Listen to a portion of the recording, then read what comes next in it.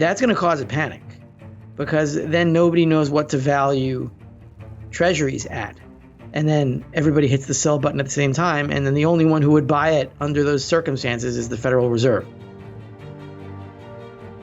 This is Kaiser Johnson with Liberty and Finance, and this is the Miles Franklin Weekly Special for November 6th through November 13th, 2023, while supplies last. This week we feature 3 different specials: 1-ounce silver kangaroos at $3.10 over spot, 5-gram platinum PAMP bars at $25 over melt, and 2.5-gram gold Valcambi bars at $25 over melt. First, the 2023 silver kangaroo from Australia are renowned for their 4/9 fine purity, as well as their recognizability and design. Like many other coins, they come 25 to a tube. However, unlike others, the Australian Monster Box is just 250 coins, making it the most affordable Monster Box available, especially with a premium of just $3.10 over spot per ounce. Next, we have the 5-gram platinum bar from PAMP Suisse Mint at just $25 over melt. Many consider platinum to be highly undervalued at the moment, since over the last 30 years, platinum has generally been significantly more expensive than gold, but currently sits at less than half the spot price, and PAMP is one of the top mints of Switzerland, giving you access to a premier bar in a premier metal at one of the lowest prices in 20 years. Finally, from another great Swiss mint, Valcambi, comes a 4/9 fine 2.5-gram gold bar. The small size of a 2.5-gram bar gives you excellent flexibility and liquidity, while the Valcambi name provides great trust, and all at just $25 over melt.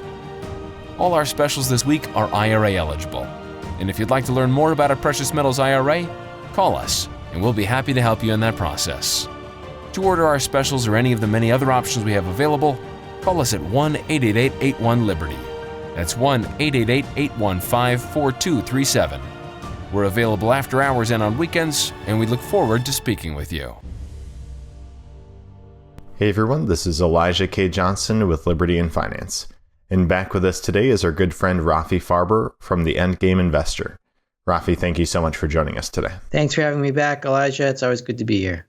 Well, it's great to have you. I did want to discuss the current situation in the financial system. You talked about the last time we had you on how the only solution to the war we're seeing right now in the Middle East and where you are in Israel is for the end game to happen, for the dollar collapse to happen.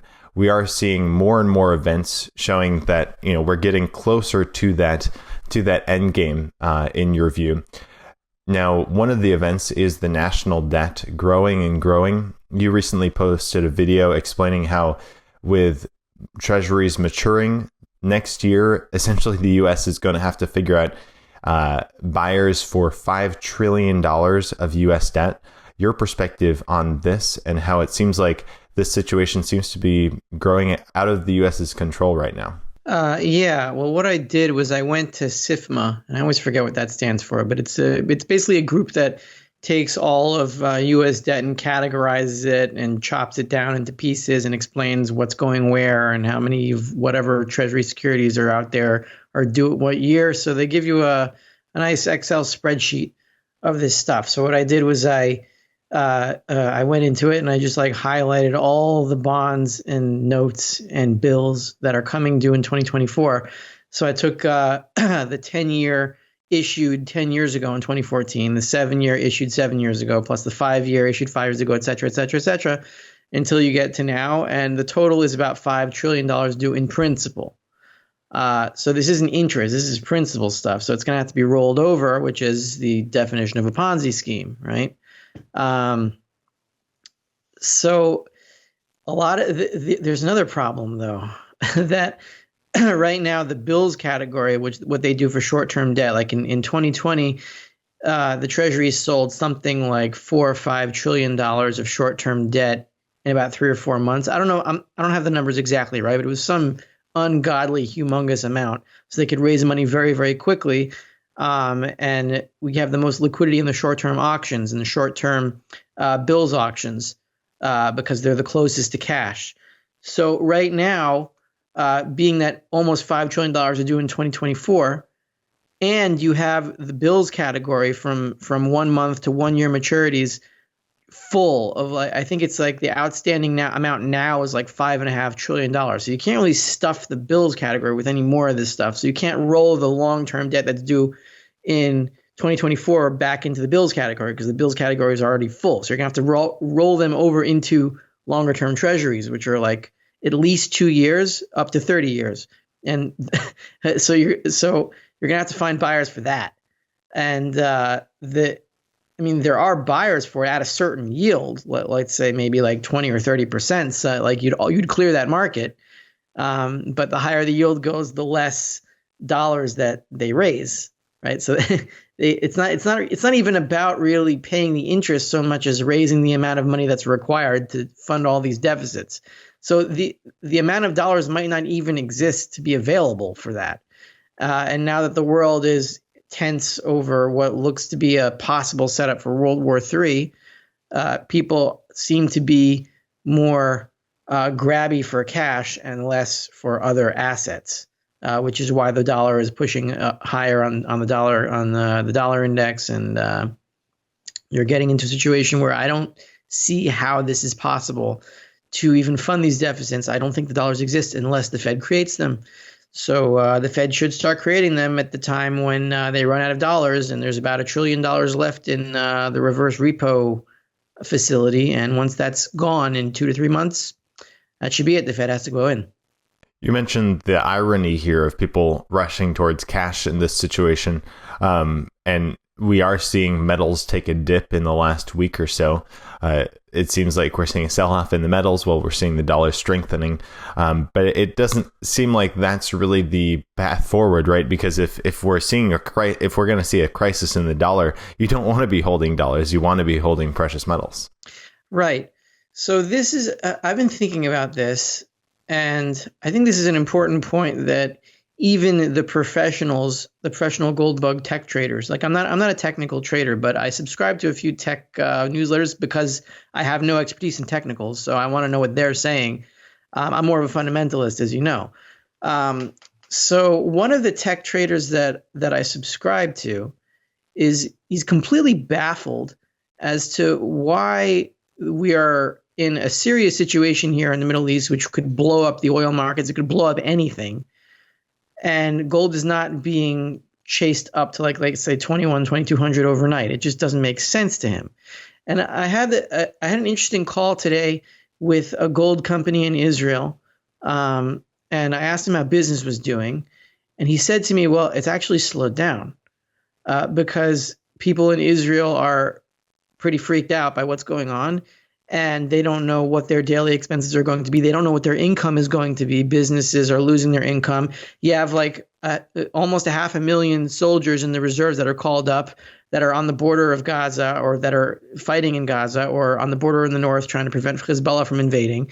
So a lot of the country is shut down. People don't have their reliable income, and they want as much cash in their bank accounts as they can because they don't know what their expenses are going to be. So they're not thinking in terms of, okay, I'm going to buy gold to because the average person who is interested in gold isn't thinking, well, there's going to be hyperinflation tomorrow, which at one point that's going to be the case, and it's going to catch a lot of people flat-footed. But they're thinking, well, I would buy gold because I have some extra cash now. This is what the average guy thinks because we've been off the gold standard for long enough that people don't make the connection that gold is money. They think that gold is a hedge against what they call money losing value so that at some point they can sell their gold to get a profit in shekels or a profit in dollars so they can use those dollars to buy more stuff. That's not how it's going to be. Okay, that it's going to be that shekels and dollars and all these fiat currencies don't work at all. You're not going to be able to buy anything with them. So the only thing you're going to be able to buy things with are the gold and silver that you actually physically have. People haven't made that switch yet. So they still run towards cash in a time of war. So when did they run towards gold in a time of war? It was a time when the dollar was gold, like in the 30s, 40s, like in World War II. That's when people ran to gold, and the gold in Fort Knox started to rise precipitously or in the early 1940s around World War II, because more and more people were running into dollars, which were backed by gold by $35. So the more dollars that people were crowding into, the more gold Fort Knox had to have in it. We're not in that yet, but that's going to change. And when is it going to change? It's going to change when there's a sudden financial crisis in the middle of war and people see that their dollars or their shekels or their euros are losing value so fast that everyone runs to the gold retailers as fast as they can. And that's when we're going to see just an explosion. It's not even going to, that could be when gold just goes no offer. It's going to happen that fast. And that's what I'm worried about, which is why if you understand this conceptually, you have to have your stacks ready now and not chasing when everyone suddenly realizes what the hell's going on. It seems like we've been seeing a lot of, at least what I've been hearing is a lot of wealthy individuals moving into the market. And one of the signs of that is that you're seeing a draining of the metals on the major exchanges. Your perspective on that? I know you recently reported on the LBMA being drained of both gold and silver. Yeah, so I'm a little bit wary on this. I'm not an expert on exactly why the drains in the LBMA or the COMEX happen. It could be for any number of little micro reasons that we're not privy to because we're not, involved in the big banks that are trading these things. But for what it's worth, there was a big gold drain from the LBMA of 4.5 million ounces. And that doesn't mean that they're running out of gold. There's still plenty of gold in the LBMA, but you have that's the biggest monthly drain that's ever happened. And there's still a whole bunch of gold there from post 2020 when gold just like poured into the exchanges.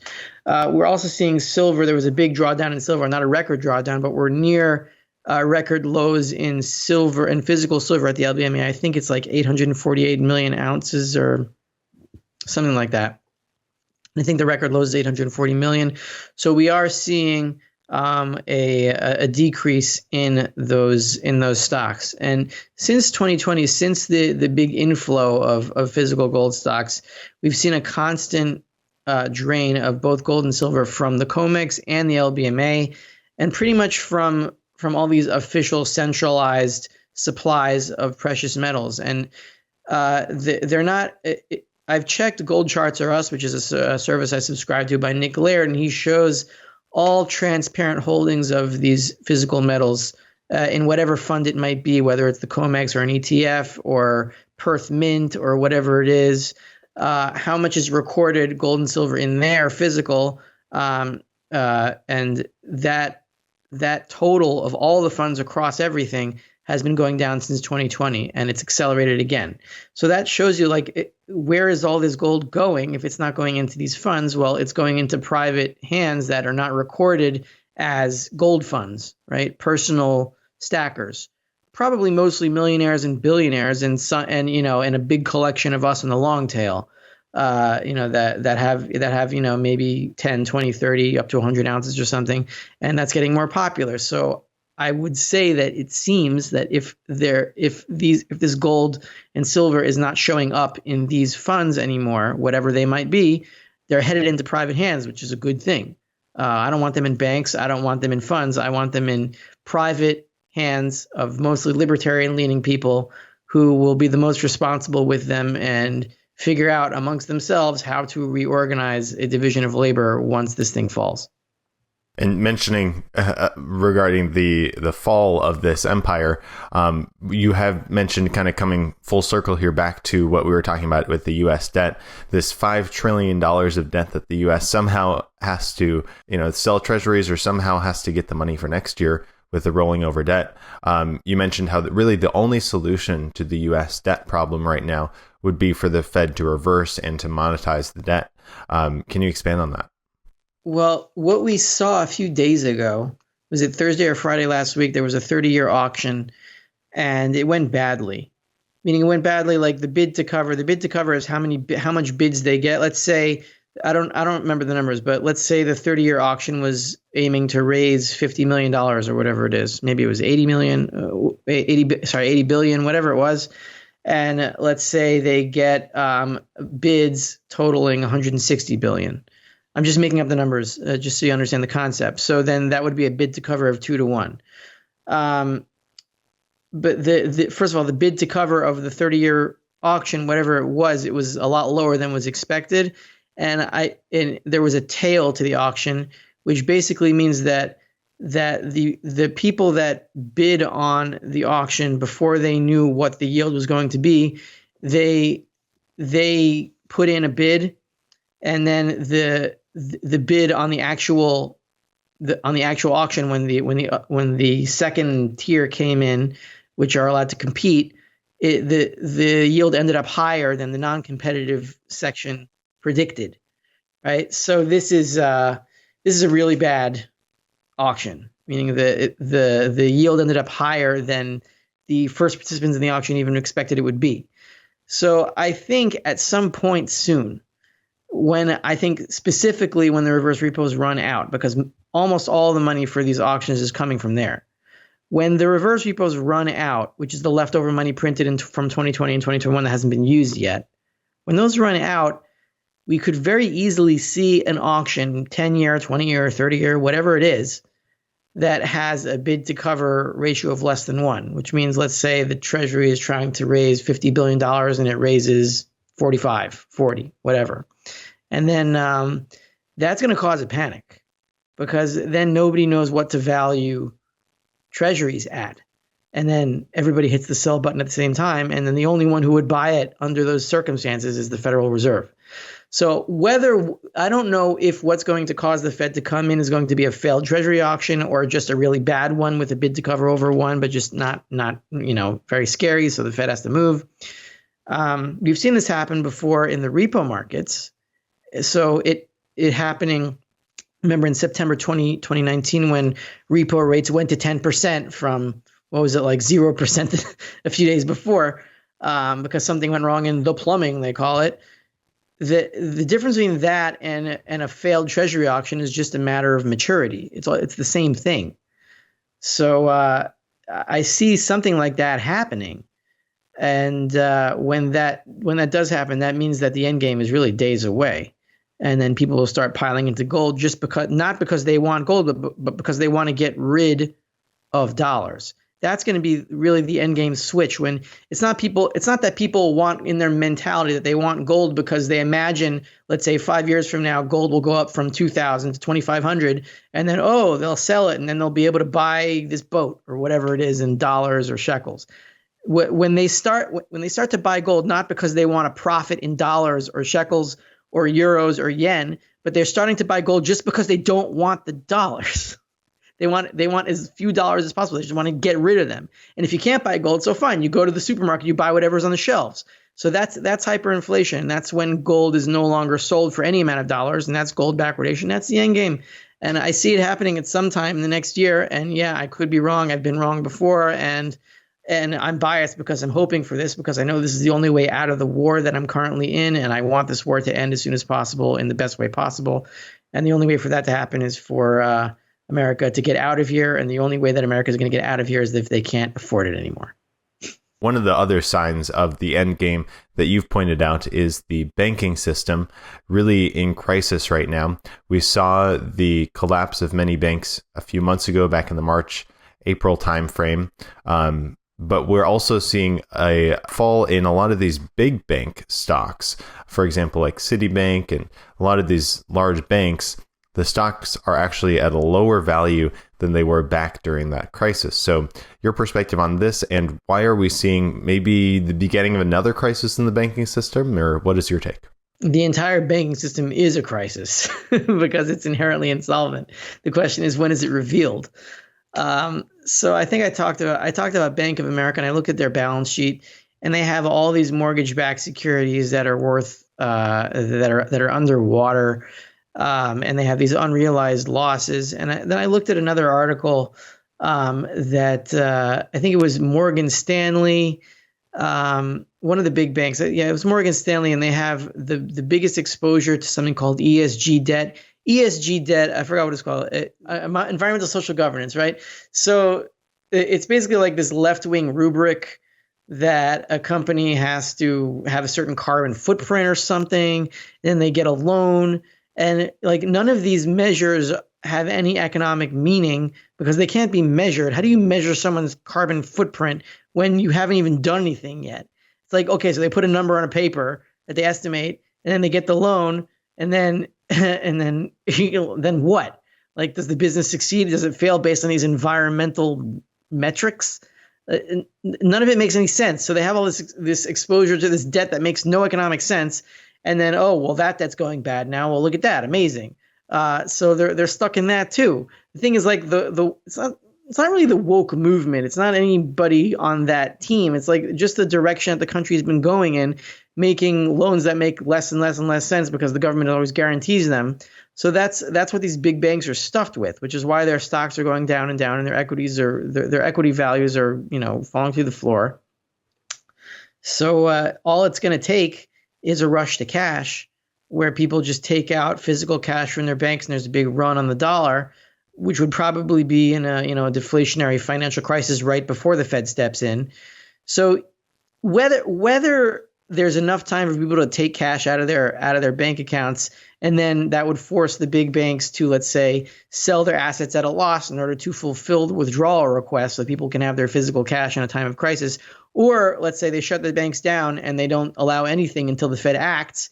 Either way, the dollar is going to be dead, because either in one scenario the banks are going to be dead, and the other way the dollar is going to be dead. Either way, gold's going to skyrocket. So exactly how it happens, whether these banks die nominally or whether they survive nominally but have no assets of any gold value, it doesn't really make a difference. We know where they're going, and either way, if you hold physical gold or silver, you'll be good. Now, what do you say to the people who are skeptical, or even myself with normalcy bias, right? You're looking at, what you could say is the most powerful nation on earth. How could their currency collapse, right? Maybe it can happen to Zimbabwe or Venezuela, a third world nation, but you're looking at one of the, the economic powerhouse of the world, the US. How can the currency collapse for that kind of nation? Oh, by running out of other people's stuff, right? How does communism collapse? Because they run out of other people's stuff to steal. If you understand the logic that inflation is theft, then you can't just inflate forever, because if inflation is theft and the more you inflate, the more you steal, eventually you run out of stuff to steal. So how can the world's economic powerhouse collapse? Well, what makes it an economic powerhouse? If it's because they produce stuff, then they wouldn't collapse, because they'd keep producing stuff, and that would be great, right? An economic powerhouse is a nation that understands how to create goods and services at a good price, with good conditions, and distribute it to the world in exchange for their wealth. But what makes America the economic powerhouse of the world since 1971? Well, their ability to inflate. Or not even since 1971, say 1933, or whatever year you want to pick. At some point, America stopped producing things, and the only reason that they're the economic powerhouse of the world is because they have, technically speaking, the best path to stealing other people's stuff, right? Okay, so that makes them look rich, but eventually you run out of that stuff, and then it's gone. So how can the world's reserve currency collapse? By running out of other people's things, and that's about to happen. I did want to ask you about preparation for the collapse. We've talked about this before, but you made an interesting point in a recent video you put out, saying that silver is a good safe haven for that you can use during the currency collapse, and gold is wealth preservation for after we see the currency collapse. Can you expand on that? Right. So this is a rule of thumb that I use that we often see with silver during monetary crises. There's this huge peak. There was one in 1919, there was one in 1968, there was one in 1980, one in 2011, but it doesn't last long. So imagining that you are a perfect market timer and you'll be able to find that exact peak and sell, and you won't be, haunted by, did I get the exact top? Did I not? Blah, blah, blah. So just for practical purposes, you're going to want to dishoard your silver around that peak, like as it moves up to that peak and as it falls down from that peak. And then as you use it to, let's say, buy groceries or buy a car or even buy a house, you could, something like that, then you would get a good average of finding that high. And once the end game happens, and once the dollar is no longer a currency, gold is going to find some kind of peak, and then it's going to drop off a little bit and then just hang out at that new plateau, which is basically what we saw from 2000 to 2012, let's say.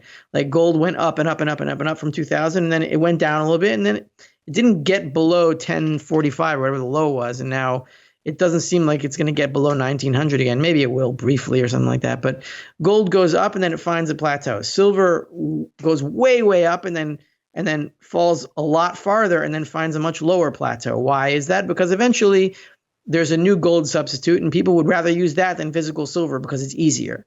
So I would say if you're trying to get through the end game with the best monetary metal, through the end game itself and use money during that crisis, you're going to want silver.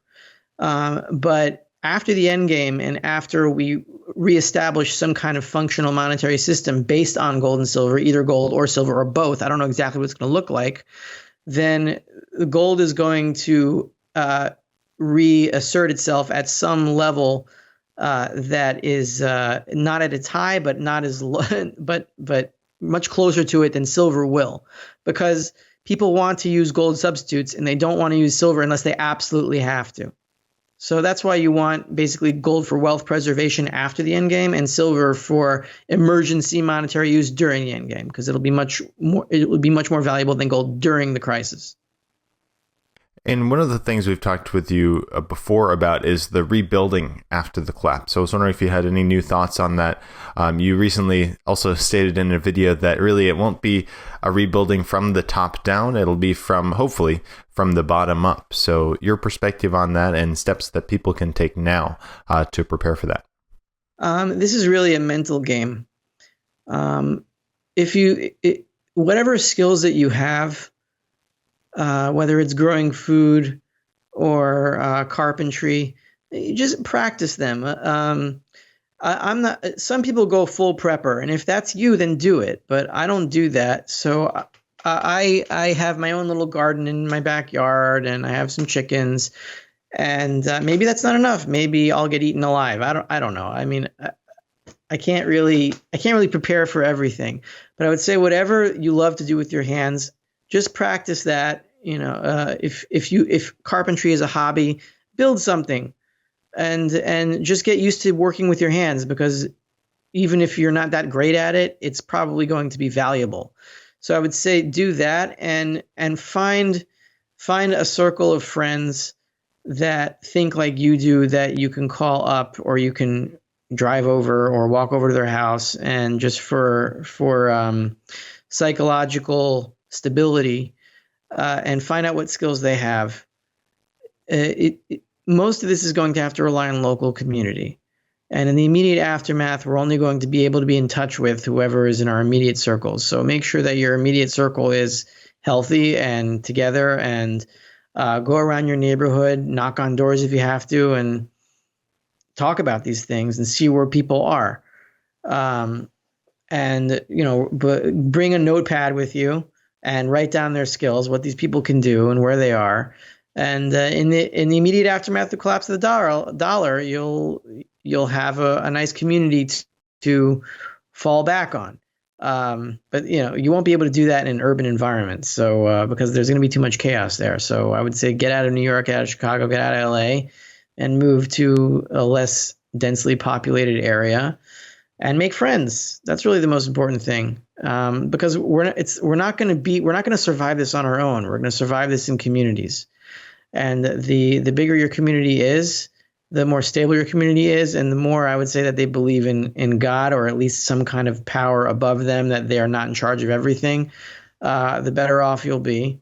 And what I tend to say is that each nation, as this happens, is going to have to fall back on the cultural thought that made them great in the first place. Every country is going to have to go back to its roots. That's the United States, Israel, Europe. What made Europe great was Christianity. What made the United States great was also Christianity. What made Israel great was Judaism. We're all going to have to go back to that, the core values of our core traditions, and make them work again. So find people who at least nominally believe in those things. All right. Well, Rafi, really appreciate your time and insights as always. If our viewers are interested in learning more about your work, where can they find you? Yeah, you can put the Endgame investor in any search engine. It's a service on Seeking Alpha if you want my daily market commentary. You can also become my patron on Patreon, where I give more of a biblical angle on what's going on in the world. So right now I'm focused on the war and what certain predictions that the Bible has made about what's going on in Israel right now. And this is my own stuff. I'm not saying that I'm a prophet or anything, but I'm trying to read into what's happened before, into what's happening now, and it gives some level of comfort. You can also check out my Substack at endgameinvestor.substack.com, where I put out an article every 3 or 4 weeks. And you can check out my YouTube at my YouTube channel, Rafi Farber, and all the information is there. Fantastic. Any last thoughts before we let you go, Rafi? Just stay calm and stay safe. And don't forget that gold really is money. It's not a hedge against inflation. It's not jewelry. It's not a store of value. It is all those things. But really, why is it all those things? Because it's still money today, right now, as we speak. It's just hidden through derivatives. All right. Rafi, thank you so much for your time, and God bless. You too. Miles Franklin Precious Metals is one of America's oldest and most trusted bullion dealers. Miles Franklin is A+ rated and accredited by the Better Business Bureau, licensed and bonded, and has 0 complaints ever registered. Here at Liberty and Finance, we are licensed brokers with Miles Franklin. To order, simply call us, discuss your needs, and we can let you know our live inventory, prices, and availability, and lock in your order over the phone. Once your order is locked, the price is held for you regardless of market fluctuations, and the metals are reserved for you awaiting your settled payment. Within 1 business day of ordering, you will receive an email invoice detailing the order and payment instructions. Miles Franklin accepts payments by bank wire, ACH or electronic check, money order, check mailed priority mail, and cryptocurrency. The fastest forms of payment are bank wire and cryptocurrency. Upon settled payment, metals will ship out within 3 to 5 business days. You will receive tracking information via email. Domestic shipping charges are $15 for any order under 500 ounces of silver or 10 ounces of gold. For orders larger than that, domestic shipping is free. The package will be boxed, fully insured, and labeled discreetly, with no indication of the contents inside. For your privacy, the name Miles Franklin will not even be on the package. To talk to myself, Kaiser, my brother Elijah, or my father Dunnigan, call 1-888-81-LIBERTY. That's 1-888-815-4237.